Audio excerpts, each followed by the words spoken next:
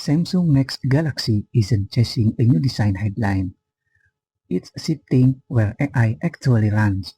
With the S26, most of the heavy processing may stay on the device instead of the cloud, and that changes privacy, speed, and even chip strategy.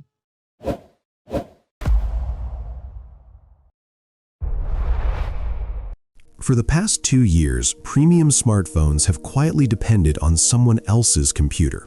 You tap, remove object, generate a summary, translate a call in real time, and your data leaves the device, hits a remote server, then returns processed.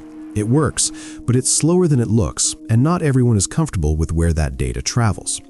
With the upcoming Galaxy S26 lineup, Samsung is expected to reduce that dependency. At the next Galaxy Unpacked event in San Francisco, the company is expected to formalize what it has been signaling for months. More of its AI stack will run locally. The branding circulating around this shift is Edge Fusion, but the label matters less than the architecture.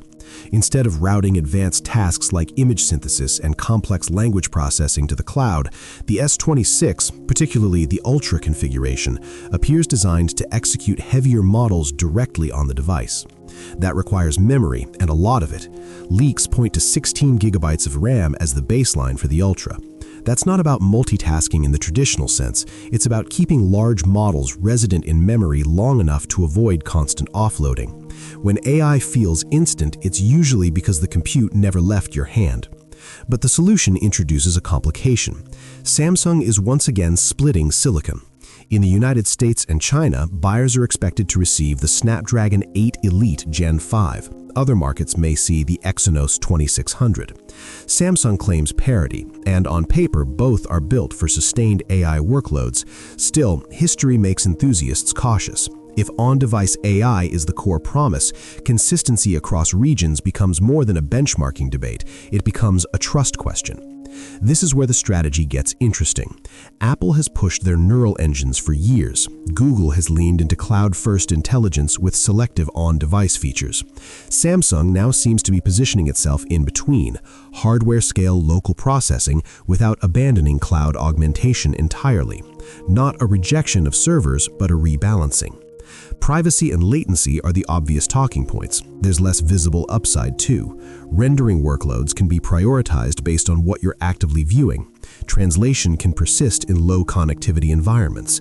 AI image edits don't stall because a server queue is full. That's practical. There are still unknowns. Component costs are rising, and if 16 gigabytes becomes standard at the high end, pricing pressure follows. A rumored upgrade to a 50-megapixel ultra-wide camera suggests Samsung is also addressing long-standing complaints about shutter timing and consistency, but those claims need real-world testing. Samsung isn't abandoning the cloud, it's reducing its leverage. If the S26 executes well, the phone becomes less dependent on network conditions and more defined by the silicon inside it. That's a quieter shift than a redesign, but potentially a more durable one.